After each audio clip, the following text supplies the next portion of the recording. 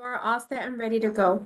All right, thank you very much. Hello, my name is Ben Wennergrad, Chair of Public Works Facilities and Sustainability, and I'll call the meeting to order. We do have here the committee members as well as Councilperson Alberto Tez. Welcome. We have agenda minutes. Can I get a motion to approve the November minutes? So moved. Is there a second? Well, I wasn't here, so. Oh, you weren't here. Oh, I thought you were. I'm sorry. Then I will second, and without objection, we'll approve those minutes. They look pretty good to me, and I appreciate that. We'll jump into the staff reports unless Ms. Ledwith, you have anything you want to start off with? Thank you, Mr. Chairman. Rick Ledwith, Town Manager, was hoping we could revise the agenda order this evening and put Catherine DeVinny first. She has a school performance that she needs to get off to. And then Bob Palmer has a meeting as well following, I think Bob's good till 6:30. So maybe if we can go Catherine, then Bob, and then John. Sounds good. And I'll finish up the meeting. Thank you. Sorry, John. Okay. All right. So Catherine, we do have the everybody's report is loaded and online. They all looked nice and complete, but please give us a summary. Yeah. So you've seen the little sustainability report that I put together. I won't touch on everything. Some of this stuff is a little bit older since I think it's been 2 months since this committee has met. The one thing I did want to touch on and ask you all a little bit about is the consolidation of the Conservation and Environment and Clean Energy Commission. And if there's anything we can do to speed along a Corporation Council's review of the draft ordinance that we sent over in November. And we're hoping to get those two commissions more along the lines and get it in front of you guys to start initiating the act of merging those two commissions together. So it's there now. Yeah, I or Rick will give a call over to. Yeah, actually, Mr. Chairman, Rick Ledwith, Town Manager, through you to Ms. DeVinny. I did have a conversation with our Deputy Corporation Counsel. So it's been referred from Corporation Counsel down to the deputy who has reviewed it. And we are going to meet sometime over the next couple of days. Does certainly has some comments related to the ordinance. We will flush those through, get those back to you, Ms. DeVinny, and then certainly bring it back to the committee at our next meeting. Thank you. Great. Thank you so much for that update. Just so you know, both those commissions are meeting on Monday, the 23rd of January. So if there is any additional drafts, hopefully by that date, we might be able to share it with them as well. Moving along, one of the things I just wanted to touch on with you guys is the increasing costs of energy. Obviously, and you may be hearing from some residents that gas prices are at all-time record highs, as well as the Eversource electricity rate, supply rate doubled starting January 1st to 24 cents a kilowatt hour. So we have been doing some sharing of information from the utilities, and we've been posting on some of the town's communication channels to hopefully help residents manage that. There are some programs available through the utilities, and the state is also working on some relief packages as well. With regard to the town's utility budget, back in November, we met with our energy broker, Bridge Energy Services, out of Hartford to discuss the current markets and pricing. And we will be taking some hits, especially mostly on the natural gas side with these unanticipated rate increases, which started last year. And no one really predicted what was going to happen. So we are probably going to be over our utility budget this year, but finance has already anticipated that and made some adjustments in the utility services fund. And we are building in, just so you're aware, some increases to the utility budget. So don't be surprised if our budget goes up, I would say probably about 10% overall this year when it comes up in front of the town council. Do we have any questions on the utility budget? I'm working through the final numbers right now. It's very hard to project utility numbers until some of our winter heating bills come in. So we're kind of in the thick of it right now. It should be finalized in the next week or so. Right. I would think usage is going to be down for the warmth we've had. I would imagine. So usage is usage is down primarily. We were running during the height of COVID our buildings 24/7 for ventilation and along with state guidance, and we've ramped that down a little bit. So that's the primary driver behind our usage being down a little bit, as well as November was pretty mild. Yes. saving on salt too. We'll find out later. Yeah, probably. So the other stuff is just some news stories, which you can look at. A couple other things I did want to touch on was Sustainable Connecticut. Some of you, I think, might have seen or attended the award ceremony that the town hosted. And at that award ceremony, Mayor Canta did kind of put it out there that we might go for the gold level certification this year. And so I just wanted to kind of maybe take a step back and caution everybody that I think we might want to be a little more conservative and get our ducks in a row and target a year out. So this would be the application in August of 2024 for our gold level certification. We are silver certified. We did just get recognized as a climate leader. So we continue to make progress. Going for gold is going to take a lot of work, a lot of collaboration with other towns. There's a high level of emphasis on equity and collaboration with other towns and climate change and emissions reductions in the gold level certification. So I think we'll need a little bit more time. As you saw, Councillor Wenigard, we are going to make progress towards this. You and a couple of other people from a cohort, our town equity coordinator, Adrian Billing-Smith, as well as some residents from our sustainability groups are already signed up to attend equity training, which is one of the required actions towards that gold level certification too. So does anyone have any questions with that or opposition to my plan of maybe pushing it out 1 year? I think that's a good idea, and I'll take it. One thing, just on the equity training, I checked when I signed in with Adrian that there are other spaces, so we won't get any more points. But certainly, if anybody else wants to, there are other openings. So yes, the more the merrier, as far as Adrian and I are concerned. And what I would love, if any of you know anyone personally, I would love for a Board of Ed member to attend as well. Adrian and I have discussed that, but I think that's one piece that I think I'd like to see Adrian. I know in conversations I've had with Adrian already and with Catherine Bruns, who's our town recycling coordinator, this year, one of the, and also with the members of the two commissions that I work with, people would like to see a lot more connection and links with the school system and the Board of Ed so that we're kind of in lockstep when it comes to sustainability. okay, very good. Thank you. And any questions from committee members? I don't see any indication. Alberta, any questions?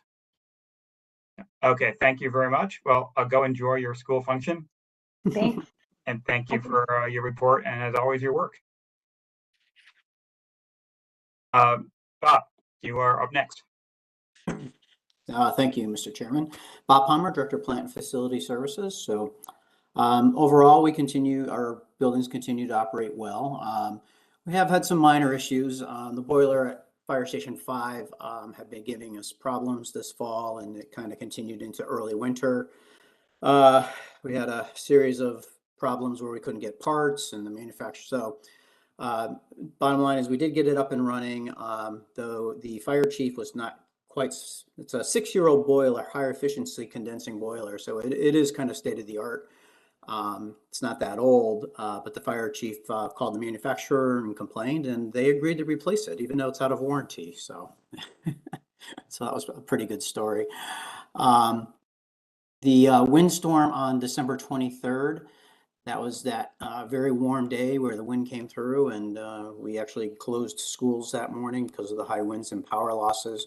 We did sustain a pretty substantial power outage at Hall High School for about 15 hours. And if you remember that evening, the temperatures dove, and we ended up with some freezing pipes to an air handler up in a penthouse on the roof, which actually caused some interior damage. So that was the holiday weekend and into the holiday week, but we were able to get it cleaned up and get the building back together. Most of the area that was damaged was faculty offices and small instructional spaces. So luckily with the vacation period, we were able to get that back up and running. So we continue to do very well on staffing retention with our full-time and part-time employees. So we really have had very good success in that area, considering the labor market. So any questions on daily operations? No, I don't think so. Yeah. Carol. I just have a few questions for you, Bob. As I was going through the reports, the restroom renovations at you didn't get to that yet? Yeah, I haven't gotten to that yet. I'll get down to those. So. All right, so let me hold that one. But I got a question about the boiler. So even though Chief was able to get that boiler in, hoping free, right? Yes, yeah.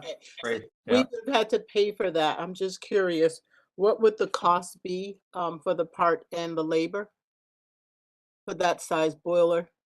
That's probably Approximately. about a $25,000. At least, I would think. So, Okay. yeah. So I mean, it's a little bit bigger than a residential boiler. Okay. So it's definitely a commercial level, but it's not gigantic. The fire station is not that big. So Okay. All right. Just good for me to know. yeah. Thank So yeah, and so now we're using the chief for all our warranty work. So you. Yeah. Yeah, well, hopefully we're not giving him a $25,000 bonus.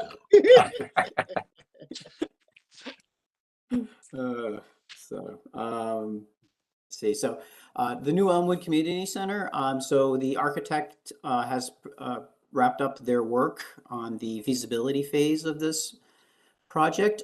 They will be presenting. Is that happening next week, Mr. Town Manager? Through you, Mr. Chairman, to Mr. Palmer. Yes, we have proposed a date to the council for Wednesday, the 18th at 5:30. So just waiting to hear back that will be confirmed. But we will be presenting the feasibility study. We'll get that out to the council in advance of the meeting as well, because it's quite comprehensive and coming in at around 325 pages. So we'll get that out to you. And I'm serious, it is 300 plus pages. So we'll get that out to you as soon as we have it. They really did Tecton is the architect who did that feasibility study, and they did a very comprehensive and very nice job with that. So they really put a lot of time and effort and good thoughts into that. So it was a very good study at this point. So moving into capital projects, we continue to see some of the same issues that we've been seeing with supply chain, labor, very high pricing coming in on anything that's going out to bid at this point. Again, we continue to reprioritize our projects and to look for ways that we can get work done and important work done, but stay within our allocations at this point. So current and recent projects on the town, the animal control facility, we still continue with design on that facility for the new facility. The public safety facilities assessment, we selected Tecton. This is a completely different team at Tecton than the people who are doing the feasibility study. We have signed a contract. We are just working on setting up a kickoff date for that study to begin. The DPW partial roof replacement, that went out to bid. It's been awarded to Silktown as the contractor. That work we're starting the spring as soon as we can get that going. And that's just an example of a project that we had budgeted at around 650, but it came in around 900,000, which is pretty consistent with what we saw last summer with roofing prices. So, you know, the escalations of materials, it's really the escalation in materials that's causing the problem at this point. So, moving on to the Board of Ed projects, we're King Philip air handler for the auditorium. It's actually going in next week. So, that's been, again, a very long lead time on these types of things. I think that one was probably 7 or 8 months waiting for that. Fresh air projects at elementary schools. We're working on Duffy and Webster Hill right now, where designs are complete for both those buildings. Duffy's going to bid. We're going to postpone Webster Hill until spring, and we'll see how the Duffy bid goes and how the prices come out with that. So both the tennis courts at the high schools are pretty much done for spring. The final sports coating will be placed, has to be done in warmer weather, so it'll be done in June. For the spring tennis seasons, both teams will play on the concrete surface. We'll have temporary lining, and they're both aware of that and satisfied with that. We're doing auditorium seating replacements at both Hall and King Philip. Those are in process.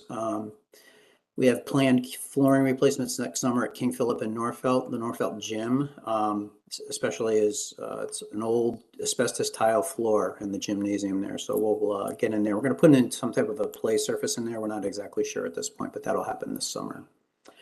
Restroom renovations at Sedgwick. We completed phase 1 this past summer. We'll be going back out to bid for next summer for phase 2. And we're also, Duffy Elementary, we do have, we're finishing up the plans right now. I'm going to bid very shortly on entrance security improvements for that building. So I believe, Carol, you had a question regarding restroom renovations? I was just curious, in terms of whether it's phase 1 or phase 2, in terms of the type of, I don't know, bathroom equipment going in. And I'm saying this because of COVID. Is it going to be like sort of hands-free, where there's going to be less touching of items? No, there's really not much changes to it, except that Okay. that the original bathrooms are from the 20s, and these are a little bit more modern. So, typically, we try to stay away from the automatic flushing and water fountains and those types of things, as they do malfunction quite a bit and they require quite a bit of maintenance. Okay. The sensors go bad and that type of thing. So we try to stay away from those and just stay with the traditional things. But, you know, all these new fixtures that are going in are water conservation, water saving. Okay. So we do have that. We are typically now in our restrooms, we do put in hand dryers versus using paper towels. So we prefer that people would use the hand dryers for conservation purposes versus paper towels. So. Okay. Thank you. Yep. Mark. Catherine, you had your hand up as well. We try and answer. Thanks. Bob, the front entrance security for Duffy at spring 2023. Can you give us an update on all the man traps that exist in schools and if there's any more to be done? Sure. So at this point, the majority of the schools have them. There's a few schools that don't. King Philip, and if you know King Philip, the office, if you know that, the office, you walk in the front entrance and there's a corridor that goes in front of the office between the front entrance and that connects the school to the auditorium. It's a major hallway in the school, and it's major fire egress route for emptying the auditorium, the cafeterias, and that type of thing. So it's very difficult there to come up with a solution that doesn't reconfigure basically the whole front end of the school. So at this point, we just have a security person in the vestibule who does that, who serves for that purpose of controlling who's coming in and out. Very similarly at Bristow, we don't have a very good method with the office where it is located in the Shepherd House away from the main building. So we don't really have that man trap situation. We do have an entry system, just like we do at all the schools, but it's not technically a man trap. So we do have, again, another person who's just watching that door and observing that. And the final one is at Wolcott. We do have the same situation there, is that the front door is it's on the other side of the major hallway between the Library Media Center and the auditorium and the cafeteria. So the board is right now, I did present to the board, and the proposed CIP does have a project to create an addition in the front of the building adjacent to the Library Media Center to create an office and a secured entry there. And then take the existing office and turn that into some small group instructional space. We did take 4 portable modular classrooms off of that building a few years ago because they were in poor condition. And they were okay with the space for a while, but now they're really suffering. And they're not suffering for classroom space, they're suffering for that small instructional space just because of the needs of the students' population there. So that's in the proposed CIP at this point. So it may be coming to the council for their review. So, but an approval on that. So that's kind of an update. So Duffy's really the last major one that we're doing at this, the traditional entries. So all the other schools have been done. So. Okay, thank you. Yeah. Thank you. Catherine, did you want to? Yeah, I don't know the protocol of these meetings. I just wanted to mention something on the DPW roof project that Bob mentioned that I thought might be of interest to the counselors. The DPW actually did have quite a large solar array on its roof, 100 kW solar array, which we've actually removed. We did have a power purchase agreement that specified if we were to re-roof, the owner of this system, the developer, would put it back on, but it was actually in our mutual interest to terminate that agreement. For us, it was, this system was installed in 2012, so it was an older, more inefficient system, and we were actually paying a kind of a higher rate than some of our newer PPAs. And for the developer on his side, it would have been more expensive to put it back on than to terminate the agreement. So we're down one system than we previously had and some renewable generation, but this actually allows us, it's a good thing, it frees us up to put on a more expansive system and potentially package that with John's redevelopment of that Brixton Street area, maybe with a larger ground mount system in the back on top of the landfill. Great. Well, thank you Yeah. for that. Get your hand back up, right? My hand away. There we go. Sorry about that. Robert, the dog park. Obviously, we've discovered that that's a pretty wet area, of course. Seems like it's on a hill, but for whatever reason, the clay's not draining. I did spend Sunday morning. I was one of the volunteers out there distributing the wood chips that had been provided.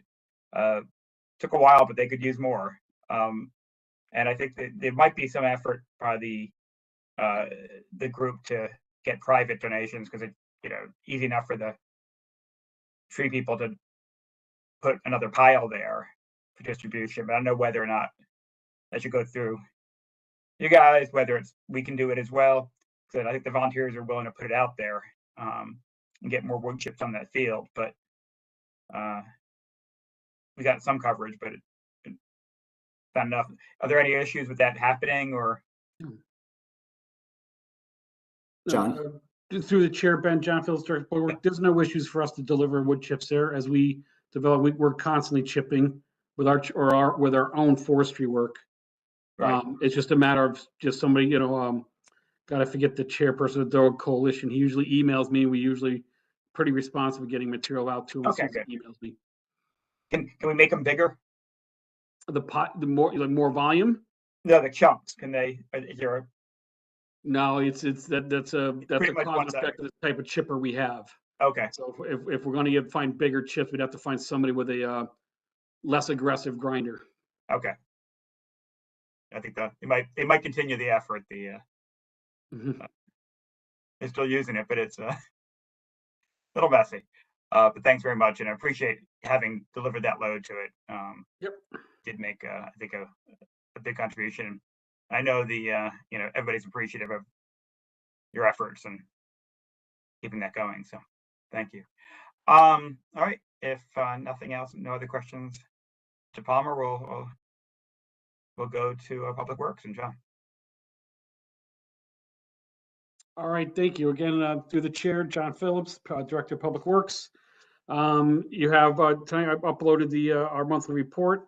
Again, being midwinter, we're really just focused on, we really are do focus on winter operations at this time of year.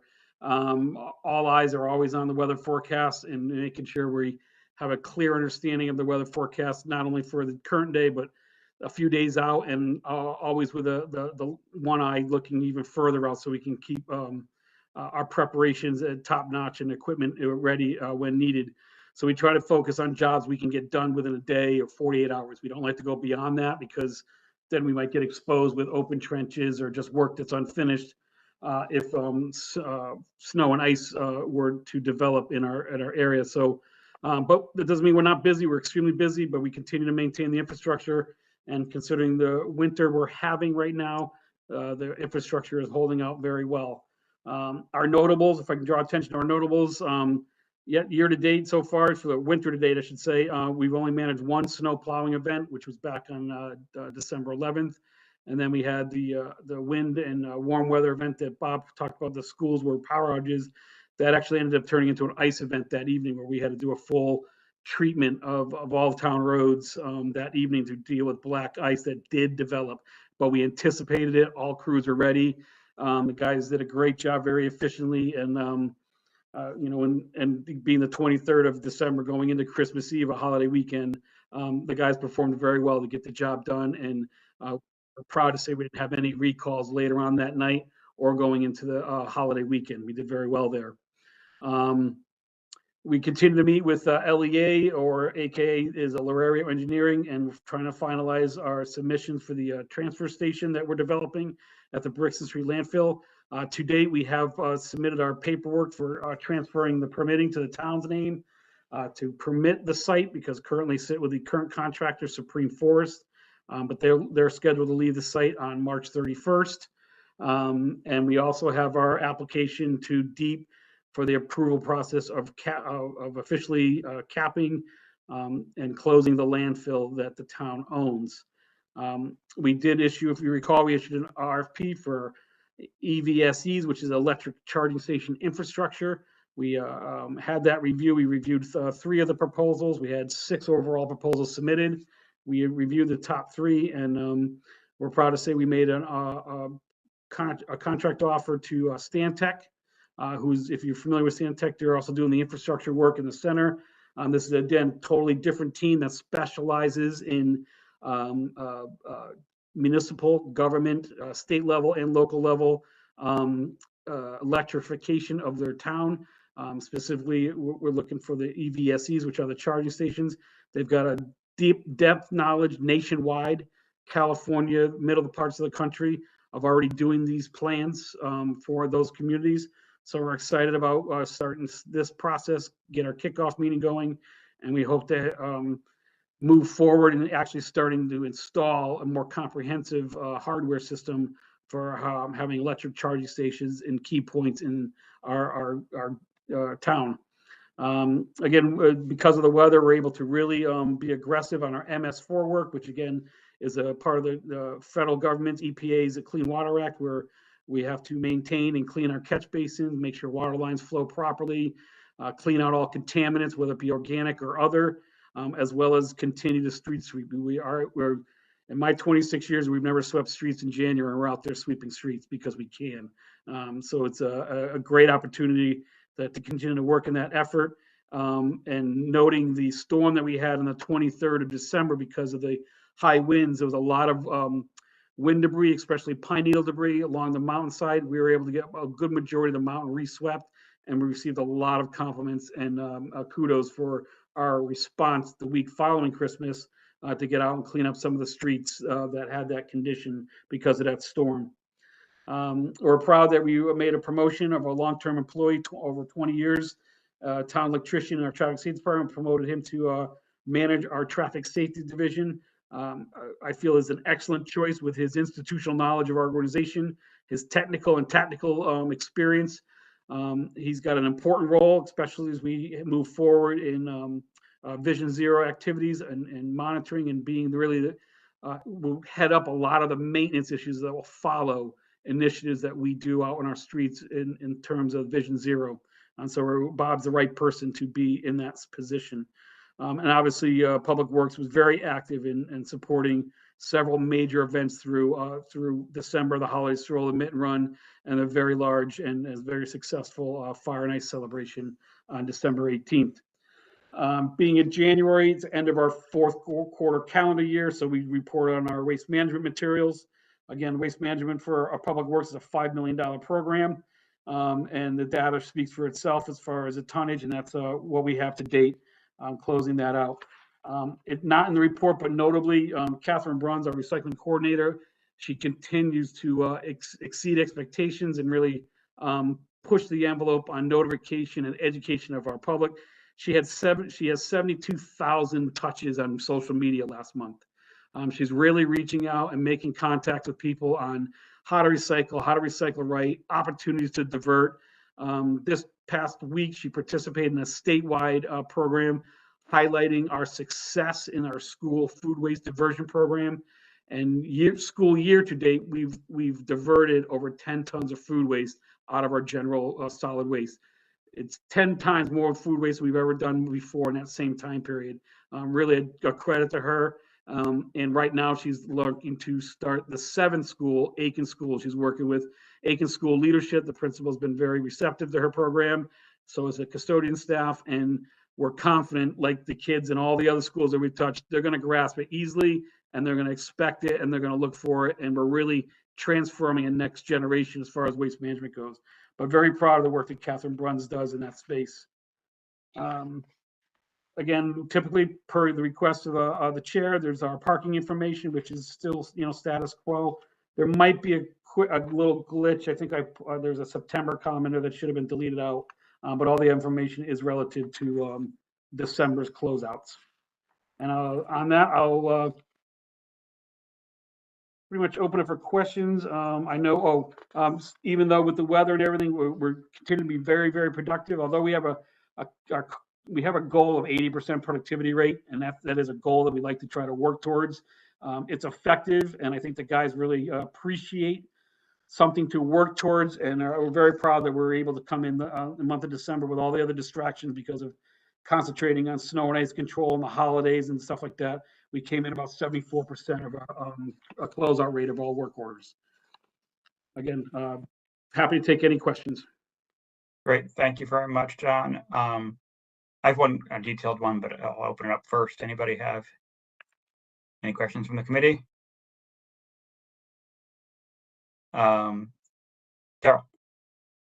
Thank you, John, for that report. And my question is really a simple one now that I'm walking more, and as read in the report with the uneven sidewalks, and it appeared that we're behind.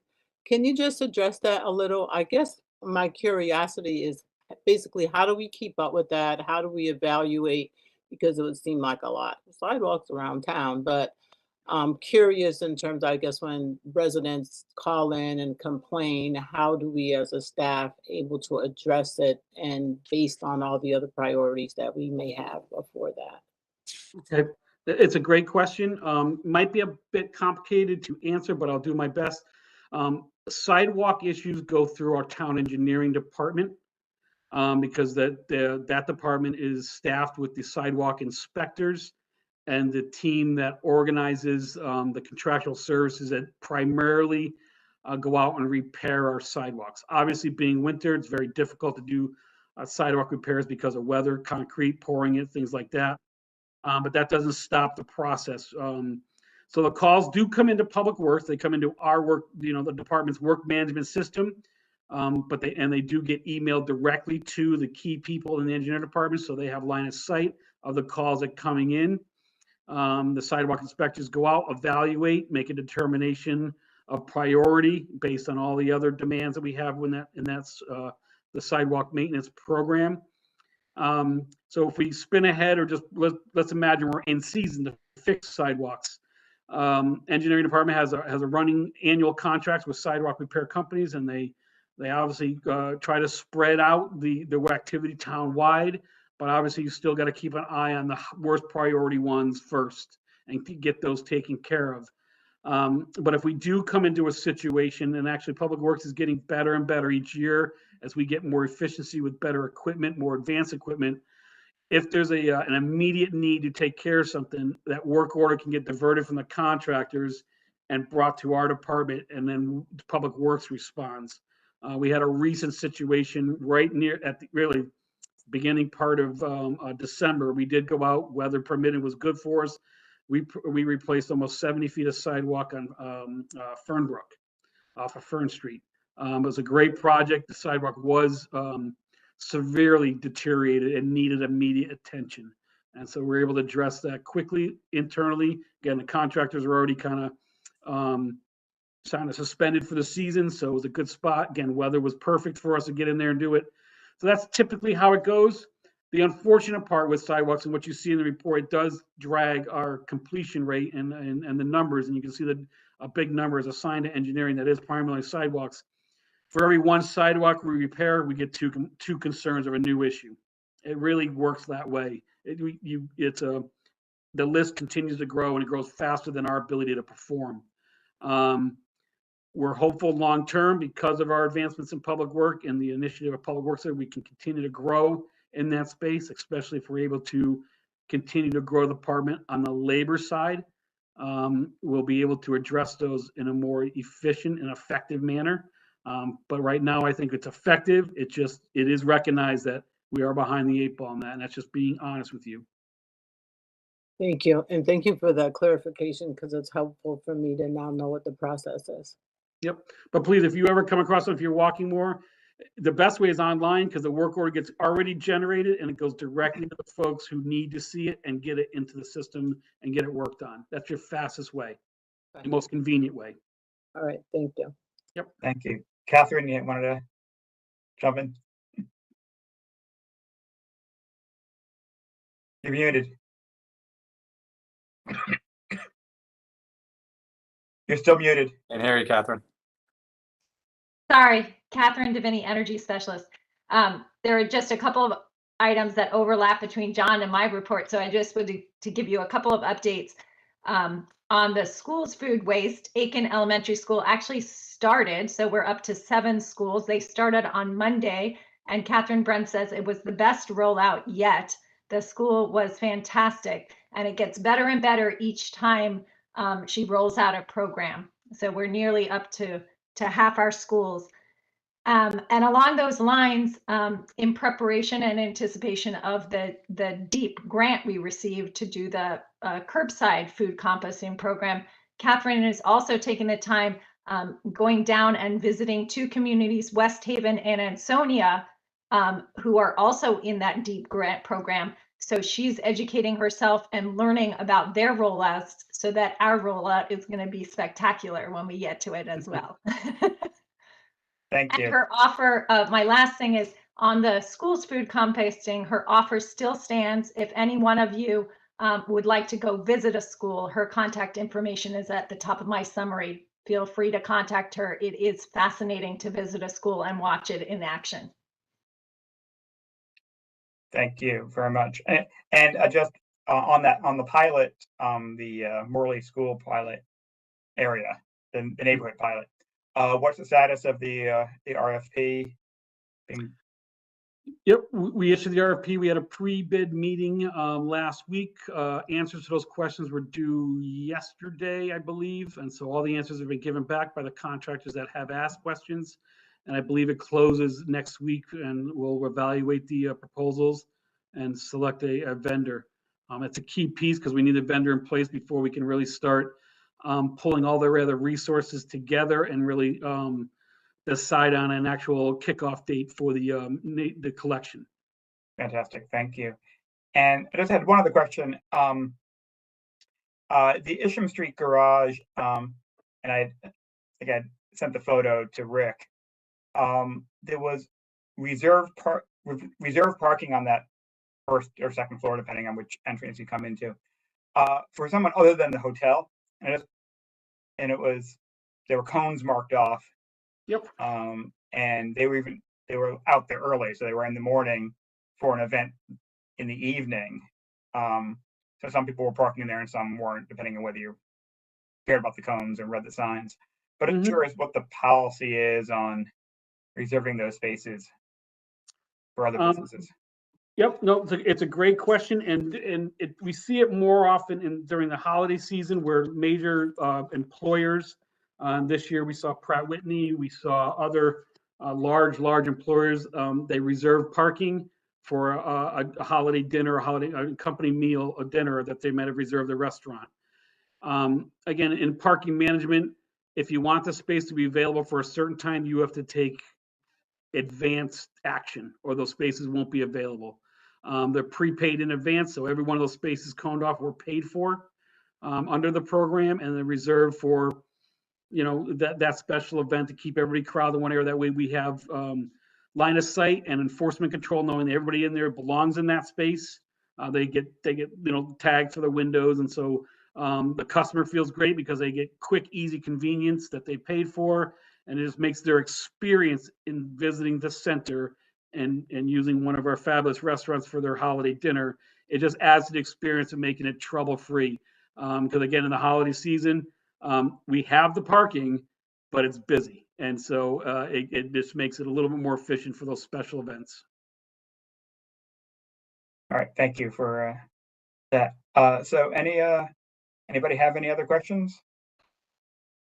I don't see any. And I think that ends our substantive part of the agenda, except for future agenda items. Whether anybody has anything that they'd like to hear more about coming up. I'm sure things will pop up between now and our next meeting. So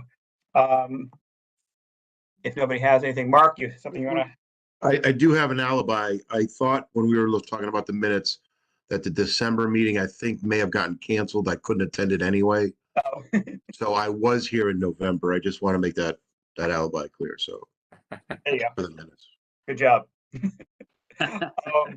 And because we've been moving meetings around a little bit, and then we've gotten off schedule. So normally we have them on the first Thursday of the month. I have one for next one for February 2nd. Correct. Okay. Yeah.